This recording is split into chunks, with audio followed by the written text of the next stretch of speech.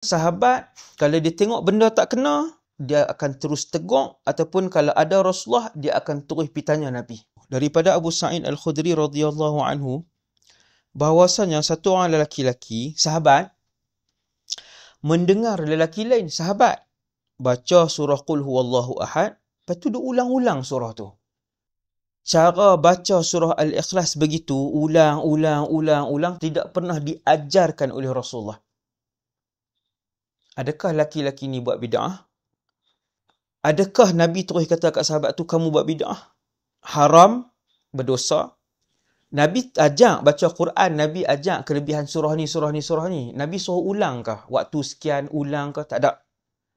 Jadi, membaca surah Ikhlas berulang-ulang kali pada waktu malam yang dibuat oleh sahabat tadi ni, benda tu amalan yang baik dan Nabi tak pernah ajak pun. Cara khusus yang begitu.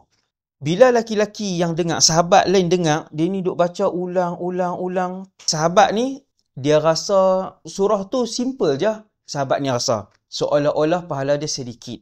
Kemudian laki-laki ni, keesokan paginya, subuh, dia terus pergi jumpa Nabi dan minta pandangan Nabi apa yang dilakukan oleh sahabat malam tersebut. Ini sahabat. Sahabat, kalau dia tengok benda tak kena, dia akan terus tegur, ataupun kalau ada Rasulullah, dia akan terus pergi tanya Nabi. Ini perangai sahabat yang sangat cepat. Sifat amar ma'ruf nahi munkar mereka, satu, kekuatan iman yang tertanam dalam diri sahabat itulah yang menggerakkan mereka untuk tegur ahli keluarga, jiran ataupun sahabat-sahabat lain yang melakukan kesalahan.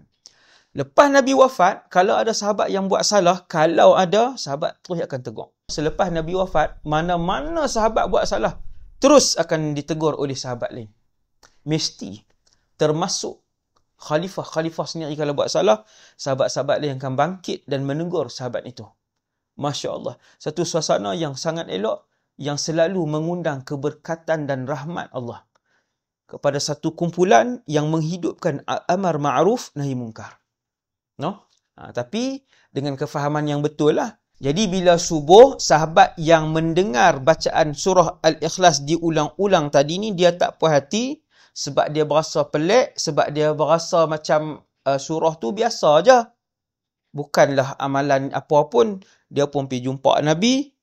Maka Nabi pun bagi tahu kepada dia, kata Rasulullah, demi Allah yang diriku berada di dalam tangannya. Kekuasaan Allah maksudnya. Sesungguhnya surah itu benar-benar menyamai 1/3 Quran.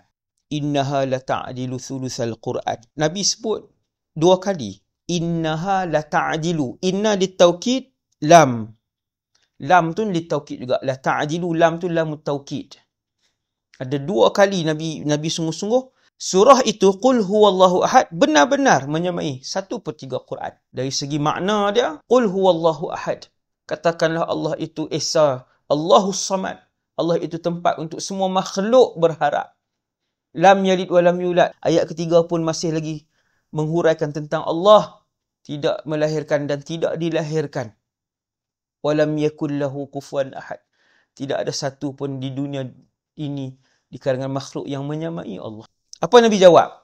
Lalu Nabi pun bersabda, surah yang isi kandungannya Allah adalah Tuhan yang satu, yang diperlukan oleh seluruh para makhluk adalah 1/3 Quran. Nabi maksudkan surah Qul Huwallahu Ahad.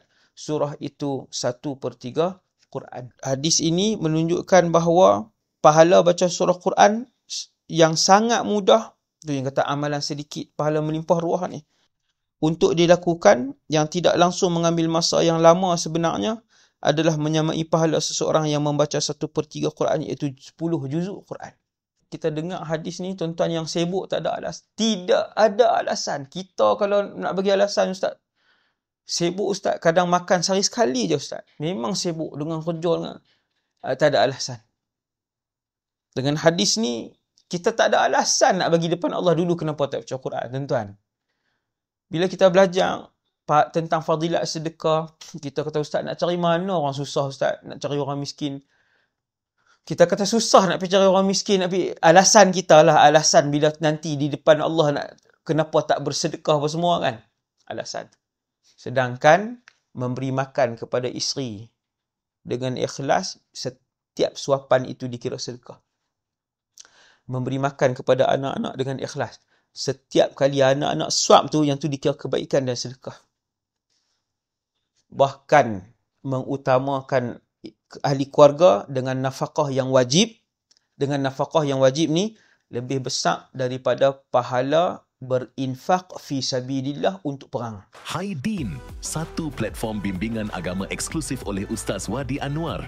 Langgan sekarang, jadikan Haidin sahabat ilmu anda.